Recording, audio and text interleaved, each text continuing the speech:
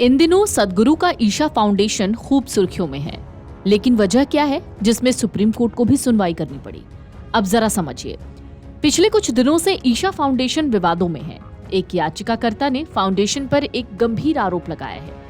हालांकि संस्था ने इन आरोपों को सच नहीं बताया है, यानी संस्था ने ये कहा है कि ये आरोप झूठे और बेबुनियाद हैं।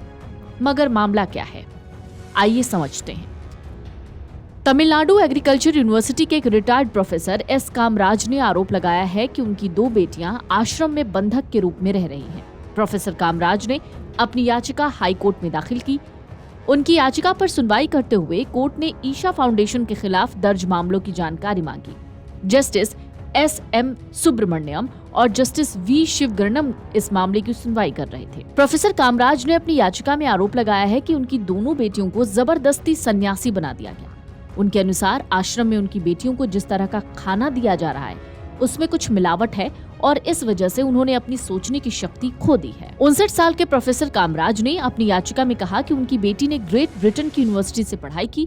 उसने वहां से एमटेक की डिग्री ली। उसके बाद उसने शादी भी की, लेकिन किसी वजह से उसका तलाक हो गया।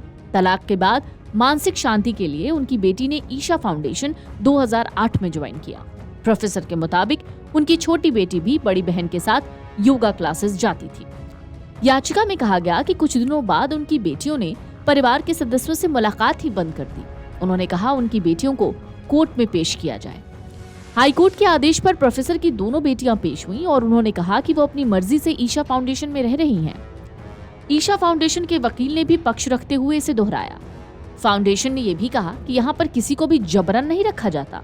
जिन्हें रहना है वो रह सकते हैं, जिन्हें नहीं रहना है वो नहीं रहे। संस्था ने यह भी कहा कि योग क्लास में हजारों लोग आते हैं जो सन्यासी नहीं हैं और हम किसी पर भी अपनी मर्जी नहीं थोपते। मामले की सुनवाई करते हुए कोर्ट ने पूछा, आध्यात्मिक मार्ग पर आप चल रही हैं, लेकिन ऐसा करते हुए आप अपने माता पिता की उपेक्षा क्यों कर रही हैं? उनसे बात क्यों नहीं करती? यहाँ तक कि आप उनके साथ सम्मान के साथ पेश भी नहीं आती। ईशा फाउंडेशन ने कहा है कि वो कानून का सहयोग करेगा और जो भी आदेश होगा उसका पालन भी करेगा, लेकिन अगर किसी ने फाउंडेशन के खिलाफ दुष्प्रचार किया तो वो कानूनी कार्रवाई करेगा। फाउंडेशन ने कहा कि हमें जो आदेश मिला है उसका पालन कर रहे हैं।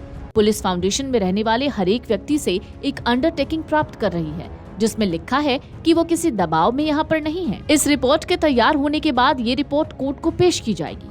फाउंडेशन का ये भी आरोप है कि जिस याचिकाकर्ता ने अभी कोर्ट का रुख किया है, यानी प्रोफेसर कामराज ने, उन्होंने पहले भी संस्था के खिलाफ आरोप लगाया।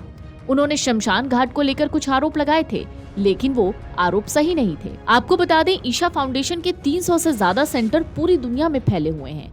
मीडिया रिपोर्ट के मुताबिक इससे 20 लाख से ज्यादा लोग जुड़े हैं। संस्था सामाजिक और पर्यावरण के क्षेत्र में काम करती है।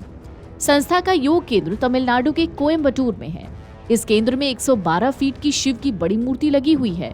मूर्ति गिनीज बुक में दर्ज है। दरअसल सदगुरु जग्गी वासुदेव आश्रम के खिलाफ तमिलनाडु पुलिस की कार्रवाई सुप्रीम कोर्ट ने रोक दी, जिस मामले को सुनते हुए मद्रास हाई कोर्ट ने आश्रम की जांच का आदेश दिया था।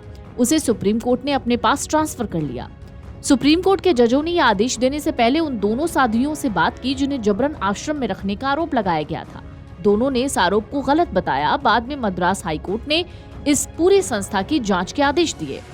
सदगुरु की तरफ से चलाए जाने वाली संस्था ईशा फाउंडेशन के खिलाफ 2 साधुओं के पिता ने मद्रास हाई कोर्ट में, यानी प्रोफेसर कामराज ने मद्रास हाई कोर्ट में हैबियस कॉर्पस यानी बंदी प्रत्यक्षीकरण याचिका दाखिल की थी। 30 सितंबर को हाई कोर्ट ने पुलिस को दोनों ही साध्वियों यानी प्रोफेसर कामराज की बेटियों की बरामदगी का आदेश दिया था। हाई कोर्ट ने पिता की याचिका में लगाए गए उन आरोपों की जांच का भी निर्देश दिया जिसमें आश्रम से जुड़े लोगों पर कई लड़कियों के यौन शोषण का आरोप लगा था। हाई कोर्ट के आदेश के बाद कोयम्बटूर ग्रामीण पुलिस के सैकड़ों जवान आश्रम में पहुंचे और वहां रहने वालों से पूछताछ शुरू की। इसके खिलाफ ईशा फाउंडेशन ने सुप्रीम कोर्ट का दरवाजा खटखटाया। फाउंडेशन के लिए पेश वरिष्ठ वकील मुकुल रोहतगी ने इस पूरे कार्रवाई को साजिश कहा। उन्होंने कहा दोनों बहनें वहां अपनी मर्जी से रह रही हैं। रोहतगी ने अनुरोध किया कि जज दोनों साध्वियों से खुद बात करें। इसके बाद chief justice D.Y.. Chandrachud, justice J. Pardiwala और मनोज मिश्रा ने अपने चैम्बर में जाकर दोनों से बात की। दोनों बहनें लता और गीता कामराज कोयम्बटूर से वीडियो कॉन्फ्रेंसिंग के जरिए जजों से जुड़ी। उन्होंने कहा 2009 में वो अपनी इच्छा से आश्रम में आई। तब उनकी उम्र 27 और 24 साल थी। वो अपने बारे में फैसला लेने में समर्थ थीं। दोनों ने कहा उन्होंने मद्रास हाई कोर्ट को ये भी बताया कि वो अपनी इच्छा से आश्रम में रहती हैं। लेकिन हाईकोर्ट ने जांच का आदेश दे दिया। दोनों साध्वियों से बात कर कोर्ट में वापस लौटे जज संतुष्ट नजर आए। चीफ जस्टिस ने कहा उनकी उम्र 42 और 39 साल है। उन्होंने स्पष्ट कहा उनके ऊपर कोई दबाव नहीं है, उन्हें आश्रम से बाहर जाने से नहीं रोका जाता। हाल ही में एक बहन ने हैदराबाद जाकर 10 किलोमीटर की मैराथन दौड़ में हिस्सा लिया। ऐसे में हम पुलिस की कार्रवाई आगे जारी रखने की जरूरत नहीं समझते। हम केस अपने पास ट्रांसफर कर रहे हैं। पुलिस हमें रिपोर्ट सौंपे। मामले की अगली सुनवाई 18 अक्टूबर को होगी। वीडियो डेस्क अमरउजाला.com। अगर आप ये वीडियो YouTube पर देख रहे हैं तो हमारे चैनल को सब्सक्राइब कर बेल आइकन दबाएं और Facebook पर देख रहे हैं तो हमारे पेज को लाइक करें। 8 मिलियन प्लस सब्सक्राइबर, आपके इस भरोसे के लिए बहुत धन्यवाद।